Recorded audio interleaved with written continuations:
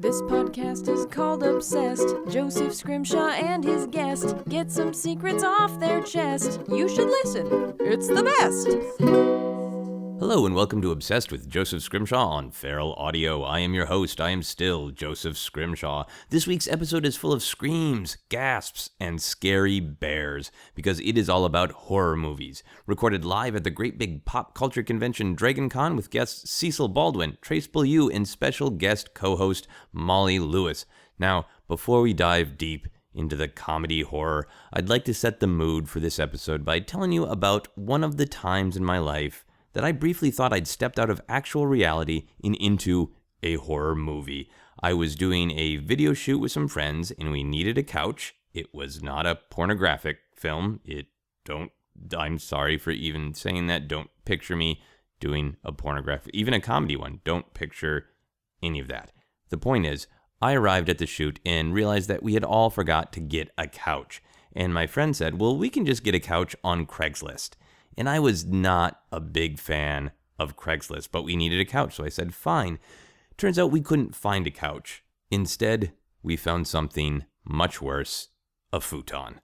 I don't like futons. Futons are the most depressing piece of furniture in the world. Nothing good has ever happened on a futon. I think futons are for in-laws, breakups, and dubious choices you make in college. I personally have never seen or experienced a futon that was not covered in hair and ambiguous fluid stains. Futons to me are just like giant, disgusting DNA swabs. Anyway, I have futon issues. But we needed somewhere to sit for this video shoot, so my friend and I got in his truck and we drove way out of the city to the middle of nowhere. There was nothing out here but like corn and signs angrily defending the Second Amendment.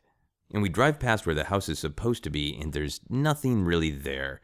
But up the road is a small wooden house, almost a shack, with no numbers on it. So we drive up to it, and there's a rickety old wooden porch and a rocking chair, slowly going back and forth. It looks like the beginning of a Resident Evil video game, and yet, for some reason, we still decided to knock on the door.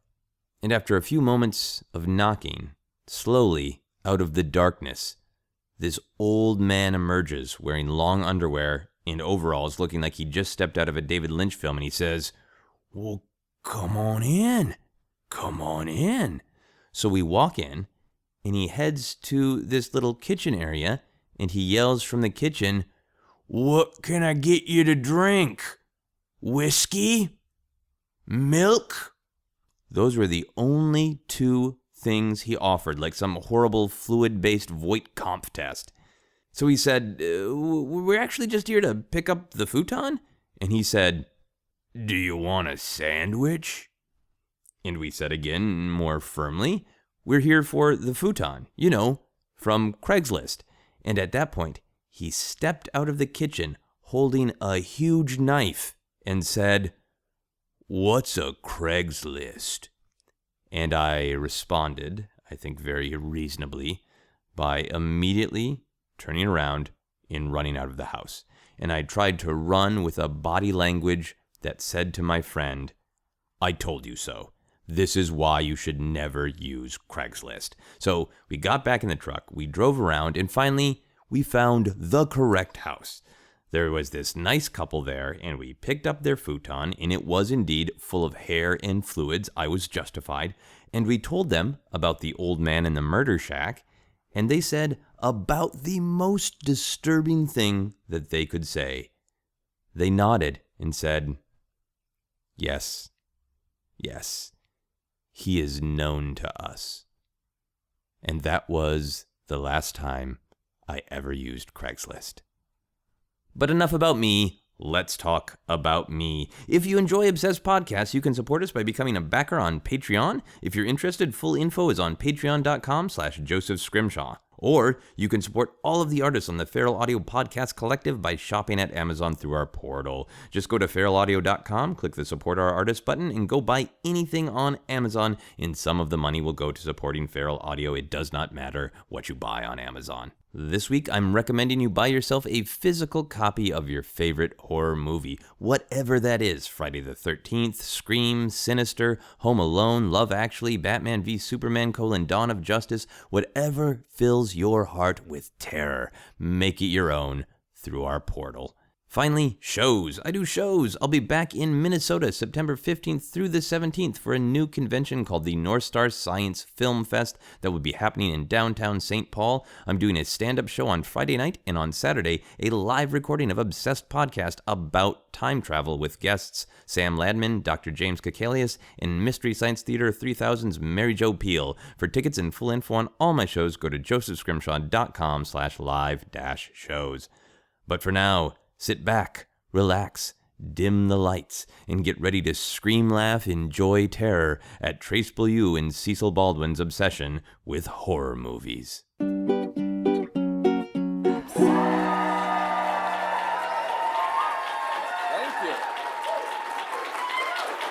Thank you very much. Thank you. Thank you for coming here to Obsessed with me, Joseph Scrimshaw, live at Dragon Con. I'm very excited to be doing this podcast episode. We have some great guests, and we have a really cool topic, something I've wanted to talk about for a long time, and that is horror movies. As an adult, I am now a huge fan of horror movies. When I was a youth, I was not allowed to actually watch horror movies, and my parents thought it would be better if I just checked out some horror books from the library. And there is this collection of books that I researched. I guess it was the Crestwood House books that were black and orange, and it had all different kinds of movie monsters, from the classic Universal monsters to sort of various foreign monsters. And on the back of the books, it had a list of all of the horror movies that had been translated to book version.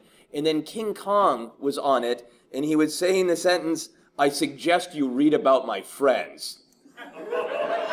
Which I think just instilled in me a fear of giant monkeys, making sure that I was polite at all times and paid attention to my friends. And then as I got older, I got to actually enjoy horror movies. And that is what we're going to talk about. We have some wonderful guests. I'm going to introduce them. He is a theater artist, a charming man, and the voice of Welcome to Night Vale, Cecil Baldwin. Hello. He's a writer, a comedian, very dapper, and Dr. Forrester from Mystery Science Theater 3000, Traceable You! And finally, my co-host and color commentary provider for this episode of Obsessed. She's a singer, a songwriter, a selfie expert, and the person who wrote the theme song for this very podcast, Molly Lewis!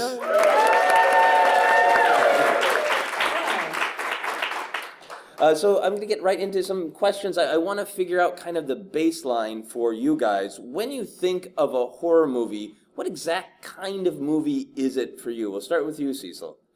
I kind of go back and forth between serious horror and comedy horror, and I think both have merit and both are sort of my faves that I love. I think my first official horror movie was I had a slumber party when I was a kid. Oh, that's appropriate. Yeah. And I remember asking my mom, what's the scariest movie we could watch? And she said, I don't know, The Shining, I guess? How old were you? 8 or 9. Wow. Like the age of the twins. Yeah. And then, realized that was a very questionable parenting choice that my mom made. But I watched most of the movie through, fingers. And I think it just kind of started from there. But then it wasn't until I was in high school that I kind of learned to love the sort of schlocky, amazing comedy horror, Killer Clowns from Outer Space and, stuff like that. Or, Return of the Living Dead. Yeah. That sort of stuff. So I see merit in both. Awesome. And Trace, for you, what is a horror movie? I tilt toward the classic Universal films as a base to start from. I don't like gore in my horror. Okay. I don't like gore. Slasher stuff, I don't care for so much. The things that really scare me, though, are the things that are like real life, like or based in real life or could happen in real life, like Silence of the Lambs. Okay. That is terrifying to me. So if it's physically possible, it's more terrifying to you. Yes. The scariest part of that movie is when they're driving around just common-looking neighborhoods, and it could be any house, and that is terrifying to me. So do you consider it a horror movie when you just see like a movie about real life that's not intended to be a horror movie and it's just like, this is just reminding me of life, like mortgages and shit. I don't like this. I'm terrified. I didn't think that way until you just brought it up. Yeah. And now I'm completely terrified of everything that's happening from this moment on. I'm here to help. Well, see, I have no experience with horror movies for the reasons that you've described, Trace, because I don't like horror, and I'm an anxious person all the time, and I'm already afraid of everything, and I don't need something to sort of feed that imagination, but I didn't realize that horror branches into comedy and sort of there's different flavors of horror for the thing that, if you don't like gore, there is an option for you. I'm learning a lot already. There's a Simon Pegg movie that's very similar to what you're describing, A Natural Fear of Everything, I think it's called. Oh, yeah. Where he's a writer and he's just terrified of it's a great, and it's comedy. And is it intended at all to be a horror movie or just like psychological terror? I think it's psychological terror, kind of based on what we all experience being a writer and being social paranoid. Yeah, like he like kind of gradually becomes more unhinged. Yes. A little bit as the movie goes on. Nice. Cecil told us a little bit about like his first horror movie. Trace, do you remember your first time seeing a horror movie? Was it grossly inappropriate? The first horror movie wasn't intended to be a horror movie, but was Wizard of Oz. Oh, the flying monkeys? Yes. I mean, there's so much of that film that a little child shouldn't watch. Yeah. The monkeys, the melting witch. It's just The opiate overdose? Yeah. not as a child, but later my parents were very giving with drugs. But it would be on television. We didn't have a color television, so I didn't experience the shock of going from black and white to color and seeing all the garishness. But that one still, the flying monkeys are one of the best images you could have loaded into your child's psyche for later use. Yeah.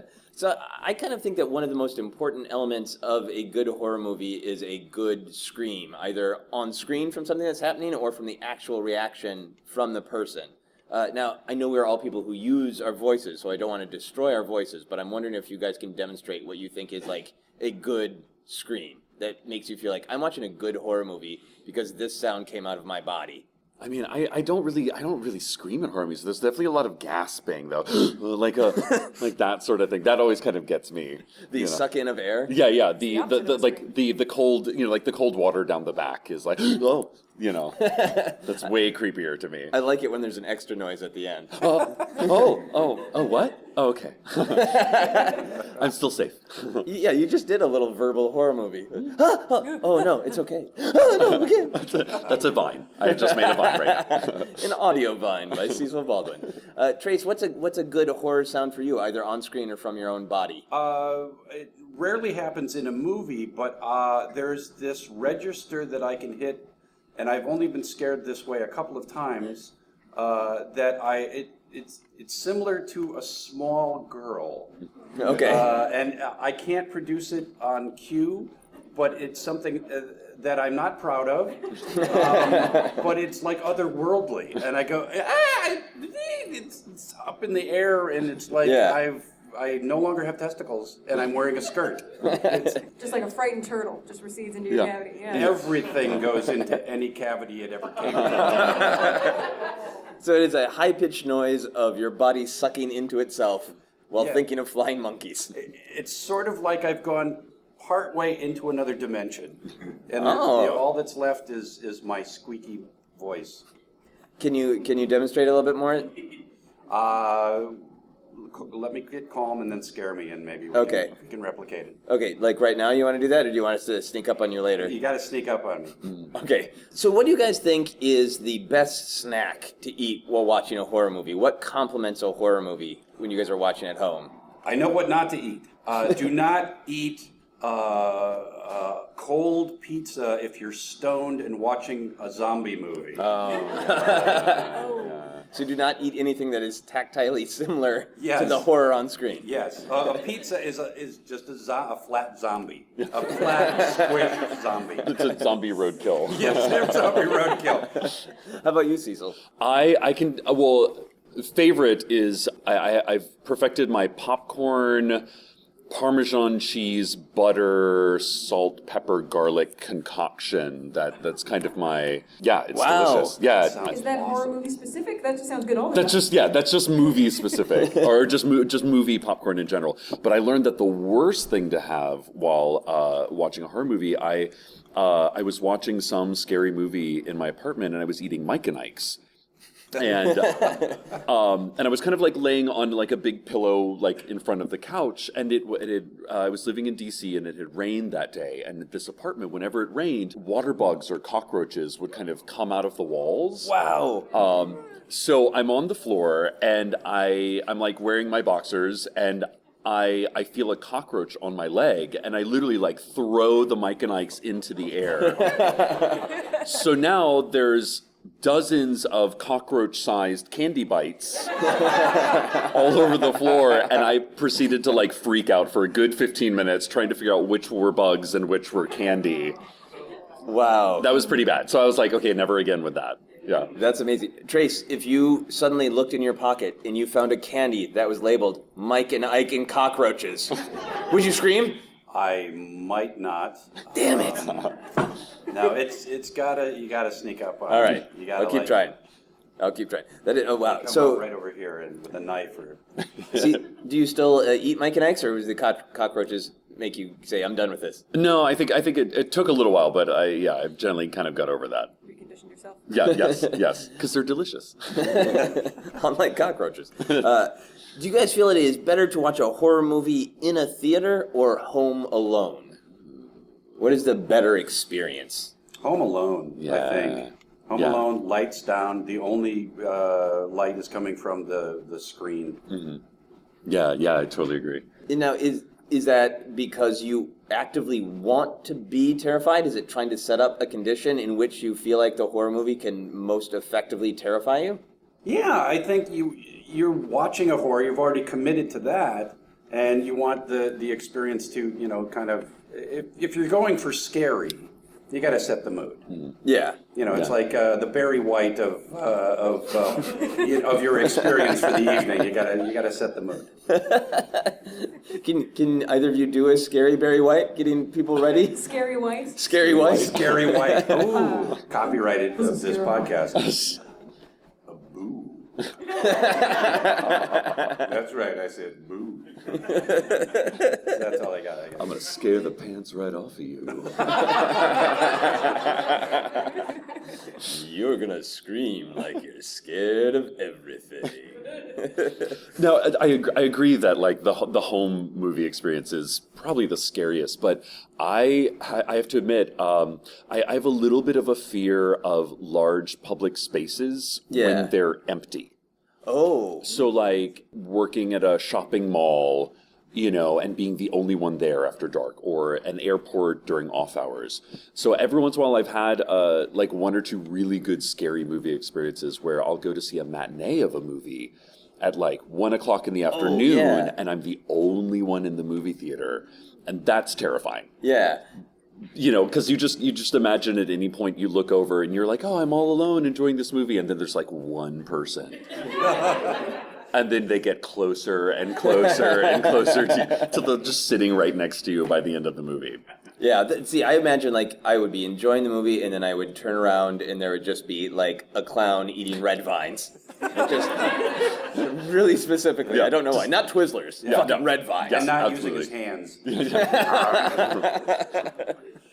Now, Cecil, do you go to modern horror movies? Do you go to like more like the Saw kind of thing? Yeah, Saw was great. I think I saw it in the movie theater. Like we kind of went through a sort of torture porn era, which I'm down with. Like I can kind of get down with that, but it's not my favorite. But recently we've kind of gone back to this sort of 70s, like high intensity thriller, I guess. Yeah. And I really love seeing those. So like, I saw The Witch and It Follows and The Babadook. I saw all of those in the theaters. Okay. Yeah. And were those all packed? Were you surrounded by people there? Yeah, I think so. Yeah, they were all like pretty well attended. And it was really fun getting to watch a horror movie with a bunch of other people, because you get to see how other people react. Like something that you don't find scary, there's, somebody sitting right next to you that is losing their shit, Do you feel judgment about that? Like, why the hell did you scream at that, you wuss? No, I just, it's kind of a live and let live. Just like, oh wow, they found that really scary. I guess my brain goes to, how did they do that? Yeah. Like I'm kind of always pragmatically kind of break down, kind of be like, oh, from the actor's point of view or the director's or something like that. So, but if something is truly scary, yeah, oh my gosh, this summer I went to go see a drive-in movie. What is it? Oh, it was the Lights Out, I think it was called. Okay. And that was really fun because it'd been decades since I'd been to see a drive-in movie. And I was sitting in the back seat, my friends were in the front, and I had my feet sticking out the window. What? Yeah. Sorry. That's close to the noise. By the way. I made it for you, Trace. No, I want to finish the end of this story, but I have to explain myself. Like, I don't like feet things, and like the scariest, like grossest thing I think I've ever seen in a horror film is in Pet Sematary, where somebody reaches from under the bed and like cuts a tendon. So the idea of seeing a scary movie and then sticking the most vulnerable part of your body outside of the car made me Trace. Do you think the feet are the most vulnerable part of the body? No, just emotionally in that moment. Sure. Yeah, you're right. I'm not sticking my testicles outside of the car. I hope nothing bad happens. I hope nothing good happens. I'm writing a new horror movie. All right, I want to hear the... No, it was, I had to kind of slump down in order to see through the windshield. And the best way to do that, and I had my shoes off because it's summer in upstate New York. And like after 10 minutes, I had that realization. I was like, this is so dumb. Like I'm having like 5-year-old foot sticking out of the comforter kind of flashbacks. And I kind of, the movie wasn't, it was a little bit cheesy and it wasn't too scary, but I kind of spooked myself. Yeah. Right. And then eventually I had to pull my feet back in. I was like, no, I can't do this. Because I imagined somebody walking past the car and just I was like, and I told my friends, if somebody grabs my feet, I will probably shit myself. Well, you had a plan. Yeah, that's it. Step 1, shit self. Step 2, An exit plan. yeah, refill popcorn. Load right back up. Trace, what is the scariest part of your body to hang out of a car during a drive-in? Well, I share your foot terror and disgust. Mine moves into that area because there's just too much detail with foot. It's like your leg is fraying. If you look at it long enough, it's like it comes down to ankle and then bone, and there's a lot of bones in the foot, and then it's just toes. So it's just like your body's losing its mind. Yeah, it's like fringe. It's like leg Like fringe. a hem came undone on your leg, yeah. That's how feet are made. That's amazing. It's a human design flaw, and I need to consult the manufacturer because it's just wrong. There's a lot of things that I don't like about the body, but we'll get into that in another podcast. No, let's keep right on it, because actually it's a great segue for my next question. In the movie Evil Dead 2, Ash replaces his severed hand with a chainsaw. Now, if you guys had a severed limb, what would you want to replace it with? Like a hand. We're with a hand, right? Just not so any severed. limb. Okay. Yeah, let's start with hand, and then we'll go crazy. Okay. And is this an aid, or is this something like Ash used it as a weapon? Yeah. What would be helpful in your life if your hand was severed, and you're like, I need to attach something there? I feel like some sort of like silly putty or like something sticky that you could like pick things up. Oh yeah, like just get those Mike and Ikes off the floor. Yeah, just pick up, just dab, eat. Yeah, that's a dance, right? Dab, dab, eat. That's it. I TM this podcast. I think something like very practical. I don't need a chainsaw in my everyday life. Yeah. That seems like a pain to carry around. Do you feel like silly putty would help you if you were in a terrifying situation? Probably not. How about you, Trace? Chainsaw is like a one-use tool. I agree. Yeah. That's. I like the silly putty thing. If I wanted to scare people, I'd replace my hand with a foot.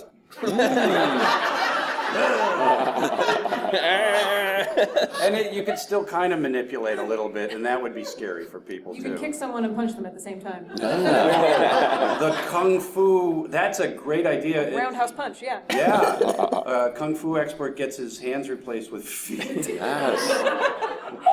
It's the 4-foot way. Yes. He'll crawl you.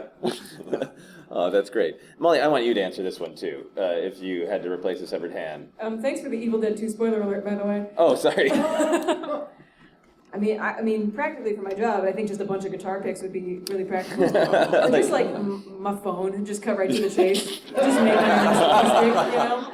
That is like some deep, actual modern horror of like you just like it's Kafka-like where you wake up and your My hands arm are is just in phones. selfies. Yeah.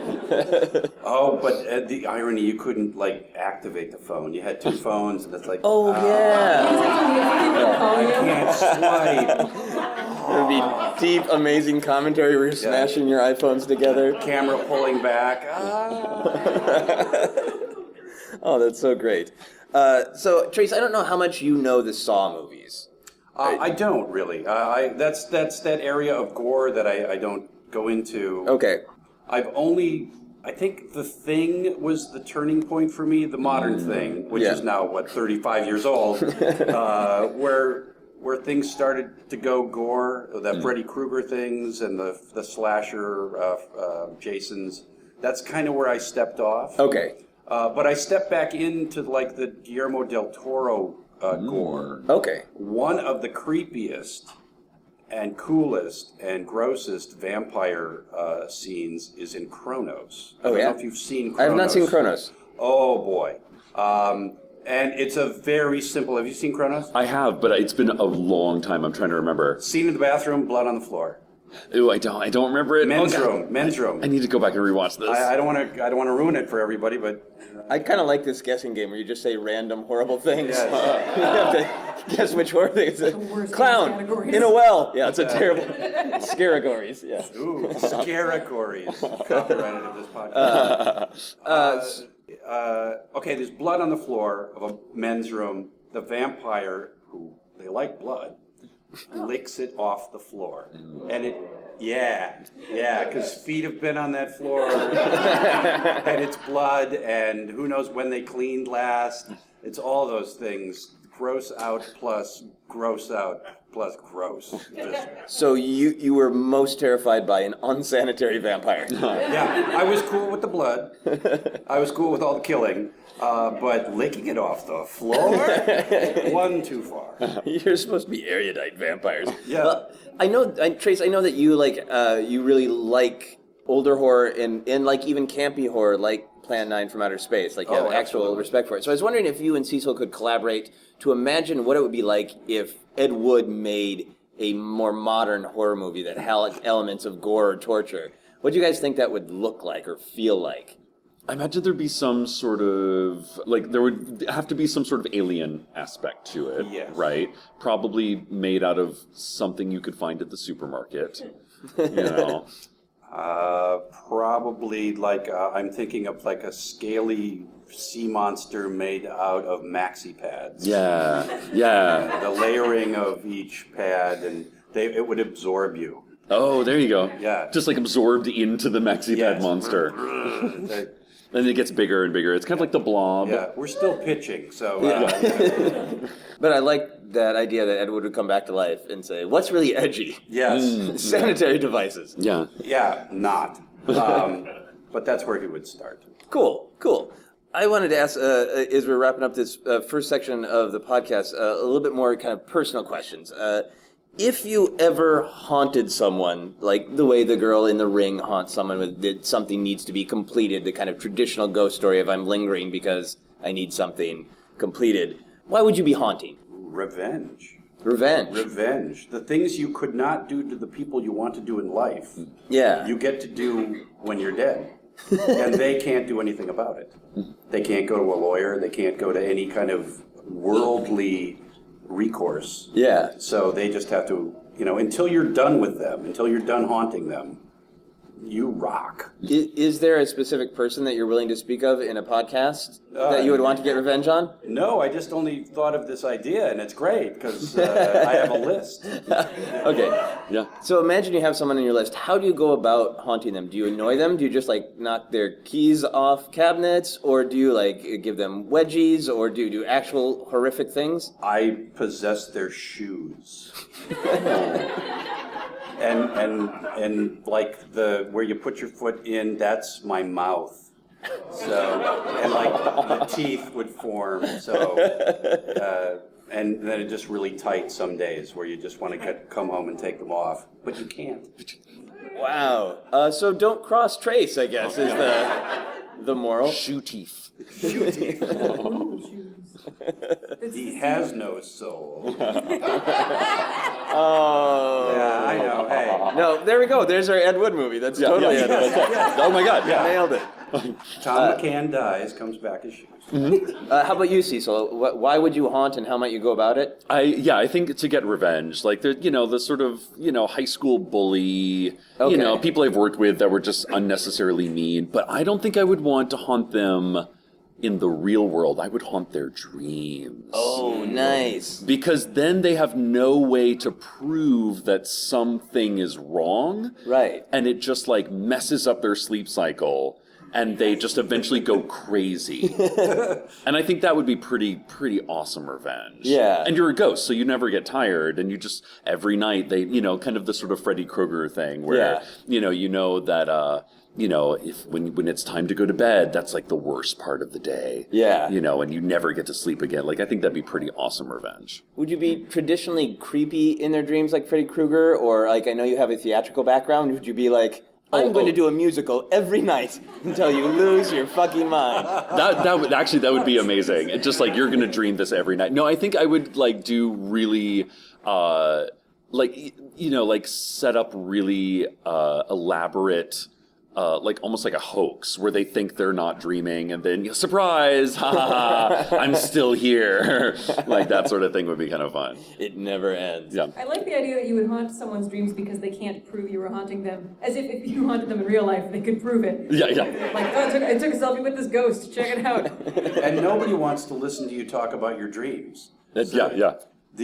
So no one's going to stick around and care. Yeah, you're I've not slept for the last month because I keep having this recurring dream where Cecil Baldwin is doing Pippin and he just won't stop. And they're yeah, whatever. Yeah, and other people that sounds good. I'd pay to see that. You don't understand. Every night. What's the problem? That's great. Here's the last question in this section. I think horror movies exist to terrify us, but it's easy to just be terrifying. They also have to be enjoyable on some level. So we've talked a little bit about what our different fears are. What do you think if somebody was going to make a horror movie based on your fears? What is your most entertaining fear that you could manage to make it into a package that would be not only terrifying but also enjoyable for people to watch? I mean, I kind of touched on that sort of Last Man on Earth sort of, being alone in big spaces, sort of something between, what was that, Stephen King, The Langoliers meets, what was the Day of the Dead, where they're in the shopping mall with the zombies, that kind of thing. Okay. I think that'd be, pretty scary. And meets kind of Robinson Crusoe, nobody's there for you. You have to figure it all out on your own. Cool. Yeah, so a real horror movie twist on the apocalypse where it's not necessarily about encountering any horrible things. It's about that you don't encounter anything. Yeah, the worst enemy is the one within, kind of man versus self. Cool.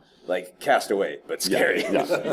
That's awesome. Trace? I think when you're relying on technology that you've come to take for granted. Oh. I scuba dive, so you're one breath away from death. If your gear isn't, up to, snuff or isn't working, and I never think about that when I'm doing it. But when you're so close, if someone said, or skydiving. Okay. That's another area where I don't skydive because I'm terrified of someone screwing up my gear. Right. Okay. So it would almost have like a technical aspect. Yes. Like in your horror movie, you would be going to do like a show, and your mics wouldn't be on. Yes, that's very terrifying. Yeah, I have those dreams where you're performing. We probably all do, where you've been given a script and you can't read it, or the words fall off the page, or they, become something else, and you're on stage in front of people and you have nothing. You have us, Trace. We're all here for you. So we're going to move on to a little competition of who would win in a fight of different horror monsters. Now, I think, Molly, you probably have like some cultural knowledge of some of these creatures, and even if you don't, You would be surprised. feel free to weigh in if you have thoughts. The first matchup is I would like you guys to tell me who would win in a fight between Bela Lugosi's interpretation of Dracula versus Freddy Krueger. Oh, boy, Bella, I would say, because he can change into a bat and fly away. Is that winning? It's first round. And does Bella dream? Because isn't Freddy in your dreamscape? Yeah, Dracula sleeps a lot. Really, I mean, But for a monster. Do vampires dream? Is it restful? Let's ask the internet. Do vampires dream? I don't want to see the image search results on that. We can make a determination. I'm going to say that yes, Bela Lugosi's Dracula dreams. He's got a busy life. He's got to process things too. He's doing like lots of real estate deals. That's got to be stressful. Yes, he's always changing homes. Yeah. He sleeps on dirt. He has a lot to work through in his dreams. So if Freddy Krueger could enter Dracula's dreams and they battled there, do you think Freddy Krueger would win? I mean, that's always the thing about Freddy Krueger is that, like, if you're in a dream, he's kind of unbeatable. But if you're not in a dream, then he just doesn't really work, Yeah. He's got to be on his home turf. I feel like Dracula's, like, more, like, multifaceted. Like, he controls bats and wolves and He can turn fog. into rats. Yeah. Yeah. Like, I feel like that's got to be useful. And especially, I mean, you're fucking Dracula. Like, you should, like, you should be able to do all of that in dreams. I feel like he's a pretty self-contained monster. Unless Freddy got him in the heart, but then he'd have to keep his hand there. Yeah. Forever. Yeah. So who wins? Yeah, Or so decapitation. I think Freddy would be good at decapitating. Right, I forgot about Yeah. decapitation. Yeah. I'm most moved by your argument of that Dracula's just that cocky. Yeah. Trace, do you do a Bela Lugosi impression? Would you be willing? I can do one. Would you be willing to say, I am fucking Dracula? I am fucking Dracula. And with that, Freddy Krueger is defeated. I think Bella probably even said that. He's probably saying that Get my somewhere. agent on the phone. Yeah, what do you I'm think? fucking Dracula. And Mrs. Lugosi probably said that. Did you want to do an impression of that? It's that same high-pitched girl voice that I can't do. What? Excellent. Our next matchup is very close to my heart. The creature from the Black Lagoon versus the creepy bear costume guy from The Shining. Oh. Well, whose home court are we on? Well, we can make it up. So the creepy bear costume guy lives in Blowjob Bear. Blowjob Bear. Yeah, okay. Is that his official internet name? I mean, I've actually gone as Blowjob Bear for Halloween before, so that's what I called it. Wow. Yeah. When you first you saw this as a youth, The Shining, with the Blowjob Bear. Oh, no clue what was going on. Okay. I mean, it's very suggestive. Yeah. And then later as an adult, you're just like, oh my God, Yeah. Yeah. Did you have that moment where you rewatched The Shining after you knew what a blowjob was and like, oh, that's what Mom was showing me? Yeah, there was that. Yeah. Again, some very questionable parenting choices. Yes. So the creepy bear is at the hotel. The creature from the Black Lagoon likes to swim. It's from the Black Lagoon right there in the name. So you guys can have this matchup wherever you think is fair. So maybe Creature of the Black Lagoon has got mostly a tearing, ripping kind of apparatus and swimming. That's his deal. Yep. And carrying. Yeah. He could So- carry BJ Bear. Yeah. BJ and the Bear? Did we just solve something? And by the way, I didn't know that's what he was doing in the movie until just this very moment. And I'm a little bit relieved. I think the creature would win I think the creature was wind because he's got those massive talon things, no mouth parts really that seem threatening, other than he's like a fish. And also, like the sort of blowjob bear party guest is really just unsettling more than violent. Wait, why do they have to fight? Why can't they end up like Why creature can't from it be good for the creature? You mean? Why can't the creature from the Black Lagoon carry off blowjob bear and they have a perfectly lovely relationship? I think this sounds great. I think that the creature from the Black Lagoon and Blowjob Bear, they meet, they become friends, they get very good at synchronized swimming, and they gold medal at the Olympics. That's it. Wow, Yeah. I see a new Adult Swim show. Gentlemen, I don't have context on either of these movies, and this whole conversation is amazing. From the outside. And Molly has a new song. I think you know one of the characters in this next matchup. I would hope. This is Damien from The Omen versus the shark from Jaws. So this is a small child who might be Satan versus a large shark. Oh, Damien all the way. Yeah. I mean, the shark from Jaws is terrifying, but Damien has minions, Yes. And also he has like some pretty good telekinesis, if I remember right. Yeah. Oh, yeah. He made a maid jump out of a window. Yeah. He made the jackals attack. Oh, that's right, animal control. Yes, he literally can control Jaws. Yeah. Yes. Now, Molly, do you know the shark from Jaws? It's a shark. Personally? It's a large shark, is it not? It's pretty easy to get to know him, isn't it? Is the eponymous Jaws of Jaws, yes? Yes, Okay. exactly. I'm caught up now. Thank you. You're like, do I know him? Do I know him personally? Do I?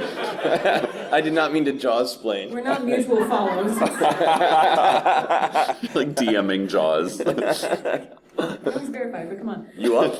Do you feel that you want to defend Jaws at all from Damien, the Satan child? No, I'm all about a Satan child riding a shark. Why would I prevent that? Sounds amazing. Did they just become friends again? Is that... Yeah, I want them airbrushed on the side of my van. All for you, Damien. Oh. I like that so far 2 out of these 3 combats have ended in aquatic friends.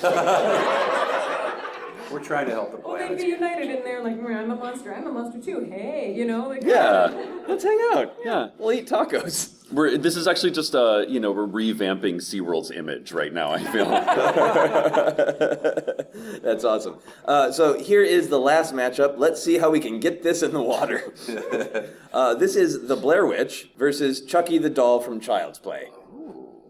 Molly, are you familiar with either of these characters just in culture? I remember seeing the Chucky poster as a child and thinking, that doesn't look like a movie for me, but it's got a toy in it. That's my only context, I'm sorry. Did you ever get a Chucky doll for yourself? No, absolutely not. Okay, so the Blair Witch, nice and mysterious. Chucky, not at all mysterious. Kind of won't shut up. Yeah, Chucky, I think, has got I think he's got the upper hand. Okay. Just because he's so, like, bizarro.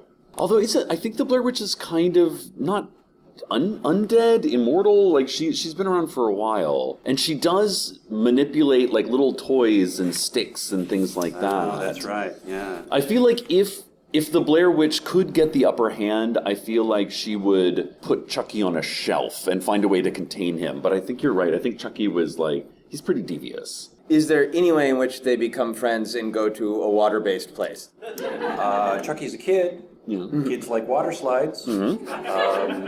The Blair Witch lives in the wood next to a river. Yes. Oh, yeah. Yeah. Yeah, so there could be some industrialization of that area. Or just rafting. Yeah. Or canoeing, kayaking. They're going lazy tubing Lazy tubing. with like a cooler of beer and. I think we should re-pitch our Ed Wood reboot movie to be like a horror movie pool party, don't you?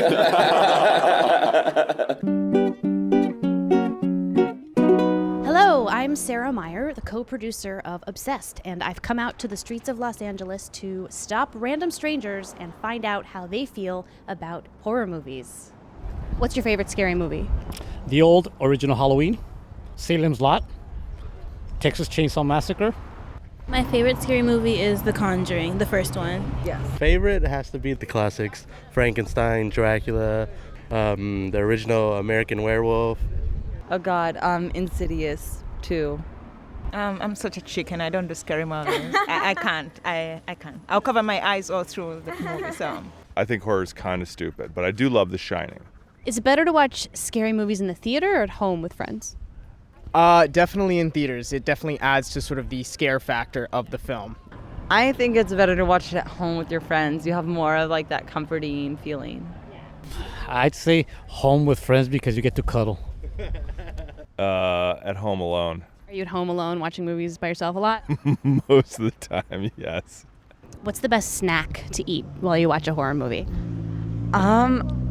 This is gonna sound horrible, but I love eating cucumbers while I'm watching a horror movie. best snack. The best snack to eat? Yeah, while watching scary movies. I think I'll choke on popcorn. If I took popcorn, I'll choke on it. So I can't do popcorn. It has to be maybe like a donut, something sweet. A donut? I don't know, yeah. A comfort food? Comfort food, like a donut. So I don't know, so I can, yeah. A honey glazed donut. Yeah, that. Who would win in a fight, Frankenstein's monster or Dracula? Definitely Dracula. That fucker's immortal. I mean, like, if we're being real, he's immortal. Yeah. I think Dracula. I'd have to say Dracula. Yeah. Frankenstein's monster is just kind of something brought back from the dead, nothing special. Dracula has a bunch of powers, immortal, all that jazz. I don't know. I'm not really into like stupid stuff like that. Like to me that's like stupid horror. Okay, can you guys all do a horror movie scream for me? 1, 2, 3. Oh, damn, what the hell? That was I'm deaf now, but that's fine.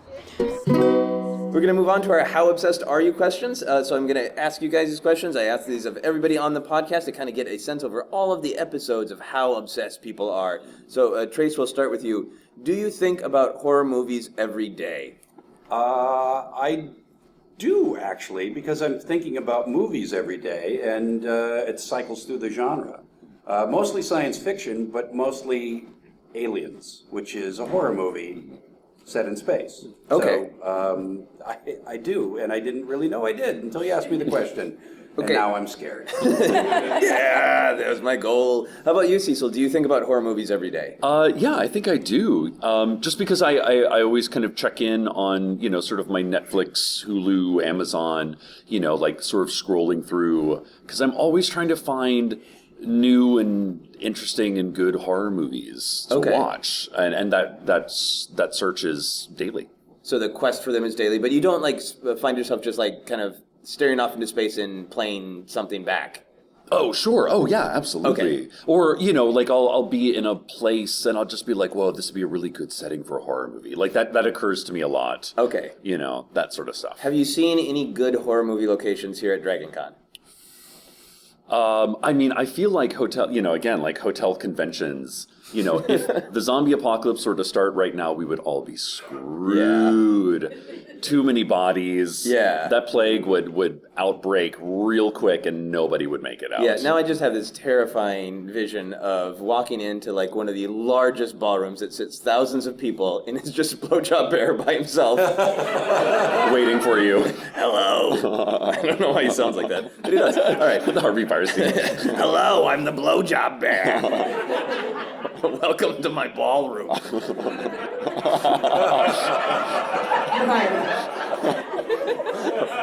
I would like to be in a horror movie pool party. All right, so go ahead.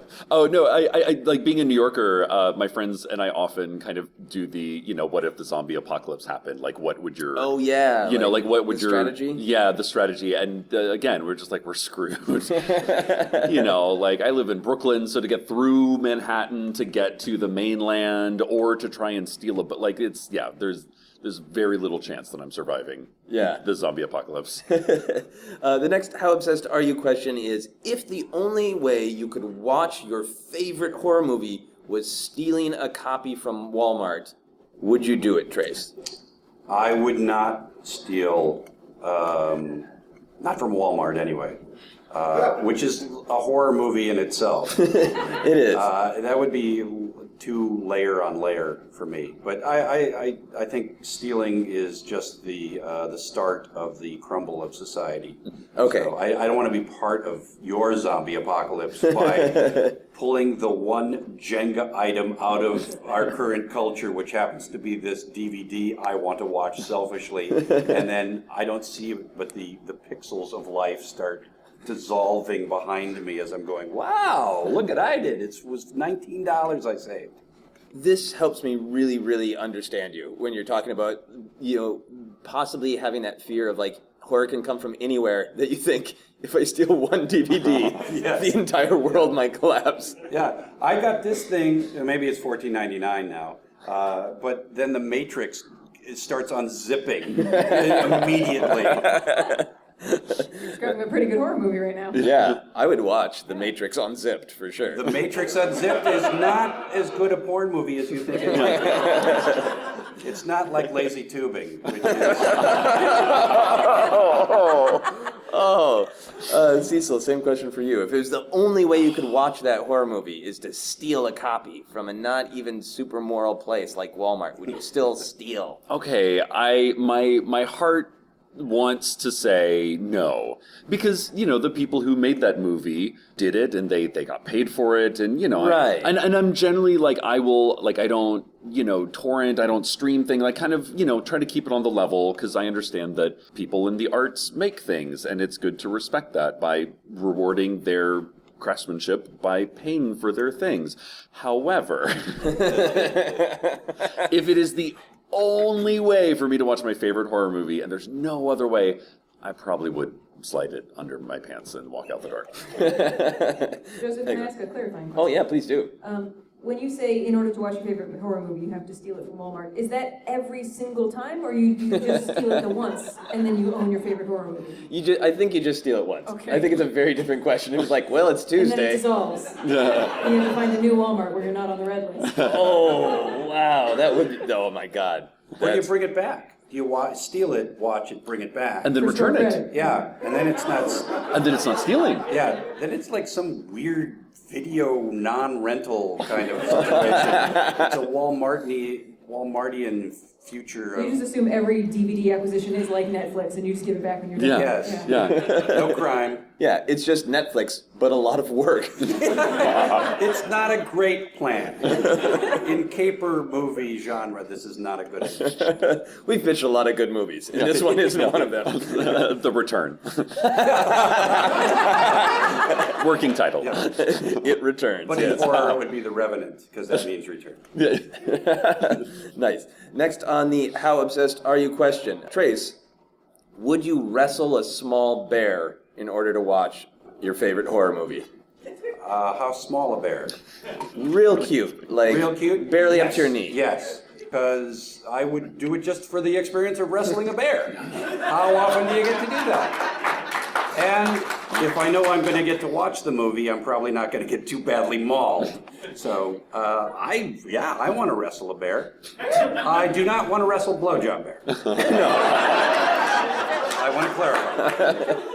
Even if it was a small, cute, adorable blowjob bear. That'd be pretty damn adorable bear. Do you want to wrestle, Trace? Maybe not the first wrestle match, but eventually as the relationship developed. Because, I don't know bears. You don't know how they work. Okay, how about you, Cecil? Would you wrestle a small bear to watch your favorite horror movie? Yeah, absolutely. Just to wrestle a bear. I'd wrestle a bear just for fun, because it's a Tuesday. Sounds great. See, now, Molly, over time, has helped me come up with some of these How Obsessed Are You questions, because early on, Molly was a guest, and I'd ask her weird questions, and then she would text me, hey, how about this? Hey, how about this? And so I always have to refresh them. And I recently came up with this, would you wrestle a small bear? And I patted myself on the back and thought, I can't wait for Molly to hear this. I've asked it twice now, and I've gotten the same reaction of, yeah, that sounds fun. This has nothing to do with my obsession. I want to wrestle a bear. They're little and cute. Yeah. I think it's a child-sized bear. It's just people just want to see a tiny bear. Because if you outsize it by that much, then you're just kind of cuddling it. It's just like a baby, but shaped like a bear, which is like the best of both worlds. Should I change it to a full-grown bear, Molly? Yeah. I think maybe it's sort of the duck-sized horse or horse-sized duck sort of question. Yeah. Like a bunch of duck-sized horses or one giant, like, horse-sized duck, you know? So I think you need a bunch of little bears. Oh, would you Yeah. wrestle several thousand Would you bears? fight your way through a room full of bears? Okay, great. The next question, that's going to be great when I do that. I keep asking about your favorite horror movie. So do you guys know off the top of your head, is it a quick answer of what your favorite horror movie is? Yeah, Let the Right One In, the foreign version. Oh, cool. That's one, I mean, because I got a lot of favorites, you know, Frankenstein and things like that. But that one is just so good and creepy and foreign. Yeah, that's my first choice. Cool. How about you, Cecil? I don't think I have like a number one. It just depends on the mood. Like if I'm in the mood for something kind of over the top and crazy, it's probably Suspiria. If it's like serious, you know, kind of like serious horror, like Let the Right One In is a really good one. Oh, no, I think I gotta go Rosemary's Baby is definitely top three. Nice. Yeah, I think it's gonna be Suspiria, Rosemary's Baby, and probably The Exorcist. Okay, good. In some order. Good. Now I can picture exactly what you're stealing from Walmart and returning, and it completes my mental picture. Unless there's a bear, and then I can't get past the bear. You're going straight to the bear. Yeah. So Molly said bear greeter. If there was a bear at the door yes. at Walmart, you'd be like, nope. I'd even go bigger bear. Okay. I don't know if you've seen the videos on YouTube of the guy in Russia that owns like a grizzly bear. But they're pals, and they wrestle, and it's like, so I could go up to like a medium or full-size bear, I think. Okay, good to know that I can't make anyone frightened of a bear. This is the last question in the How Obsessed Are You section. It is a weird question. I ask it of everybody on the podcast. If you couldn't watch horror movies without you or someone you love first being punched in the crotch, would you still watch horror movies? Trace? Well, I would not watch horror movies if someone had to be crotchily wounded. No, that wouldn't be fair. That's just me being selfish. But would you take one yourself? It might just enhance the horror. If I'm doubled over in pain on the ground, I'm not going to have fun watching the movie. So no. What if it was a light graze? The kind that causes that sensation where there's just like a tingle for a moment and you don't know if it's going to be like, this is fine, or an hour of screaming. So we call that touched by the clergy, a light graze.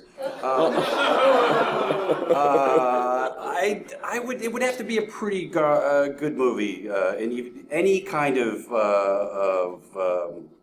contact in the area. Okay. Okay, so maybe a light contact you'd maybe go for, but other than that, you're out. Yeah. Okay. How about you, Cecil? Same question. Okay, I would, if I knew the movie was going to be like life-changing, awesome. Yeah. I would totally do it. And you would take it yourself? Yeah. Yeah, I would just sort of steel yourself and just be like, okay, this movie's going to be amazing. Do it. Punch me in the junk. Great, now I get to watch a movie. And out come the Mike and Ikes? That's it. And also, when you're sitting in the movie theater, you just take that nice big ice cola and just put it right in your lap, numbs it right up, and you're great. You're good to go. I love the actual image of this, of that you sit down in a movie theater and there's a little crotch-punching gremlin. It's okay, I got a soda. But for any horror movie, I don't think I would. Okay, you have to know it's a good one. Yeah. Can you guys make a noise to sum up your obsession? What noise comes to mind from horror movies? We've already heard Trace scream through me. That's how good the scream was. I can make it go through anyone. Is there another noise that you associate with this obsession with horror? It's mostly uncontrolled grunting or screams. It's pretty close to what we're talking about. That's great. How about you, Cecil? Is there another noise? Oh yeah, it's the noise I most often make is nope, nope, nope, nope, nope, nope, no, no. Like that's how I know a movie is good. If I'm like by myself in my apartment talking to the TV, okay, then I have been touched by that horror movie in a very personal way. That's awesome. Cool. So I've been rating people's obsession. I would love your input on this, Molly. Okay. So out of 7, just an arbitrary number because I like the number 7. So 7 being the top, we give a number, and to give it flavor, I say there's 7 something that has flavor. So I think clearly this should be out of 7 bears. Yeah. Out of 7 bears, how obsessed do we think Trace is? Like on a scale from like tiny bear to blowjob bear, or like Sure. Tiny bear is 1, blowjob bear is 7. Yeah. I think Trace is 3 tiny bears stacked on top of each other. Okay. I think that's about right. Yeah, because Trace, you really love them. They're a big part of your life, but you have some clear, no, I won't do that. I have boundaries. Yeah, you have a lot of very specific boundaries, and they're rational, and that's all great. So you get 3 bears stacked on top of each other. Now, for Cecil, on the old bear scale of terror, what number do you think we have? I don't know. I'm not sure how to. I'm not really sure. I've not done a lot of bear math in my time. Okay. I think that you are at least 5 bears obsessed, because it is something that it lives in your sort of lizard brain, where if you're just looking around the world, you are thinking about it, and then it's something that you actively think about, right? Of what am I going to watch? Yeah. What made that one good? How does it work? So it has that analytical level. And you're also being willing to be punched by a crotch gremlin. that tips it. Do you feel that's appropriate? No, bears? I think that's fair. Yeah. Yeah. I think I should mention that Trace's 3 bears are inside a trench coat. So pretending to be one adult Pretending to be a larger bear. bear, yeah. Like to get into a club or something. Excellent. Club junk punching. Cool. Well, we need to get wrapping up here with the podcast. So real quick, Trace, is there anything that you would like to plug where people can find you on social media? Facebook, Twitter, and moviesign.com podcast, Cave Comedy Radio. Cool. And Cecil, anything that you want to plug where people can find you on social media? Yeah, I'm on Instagram and Twitter at Cecil Baldwin III, and of course listen to Welcome to Night Vale, available on iTunes and other podcast platforms. Awesome. And Molly? My website is mollylewis.wtf. It actually works. It's a real website. I'm also on Patreon at patreon.com/Molly. Awesome. And you can follow me on Twitter and Instagram as @JosephScrimshaw, and you can follow Obsessed Podcast on Twitter as @ObsessedPodcast. Now, we just have a few minutes left, but out of tradition, I need to do my final questions. They don't have anything to do with your obsession, but they can if you want. So these are just weird questions. Cecil, if someone made an action figure of you, what accessories would you come with? A cup of coffee and a bong? Best action figure ever. It's sort of the in-action figure. Best inflection for including a bong as well. A bong? A bong? A lot of action figures these days come with heads that you can swap out for different emotions. So I'd love that if you had a coffee head and a bong head. Trace, if the U.S. government made a stamp of you, what would you be doing on the stamp? Licking back.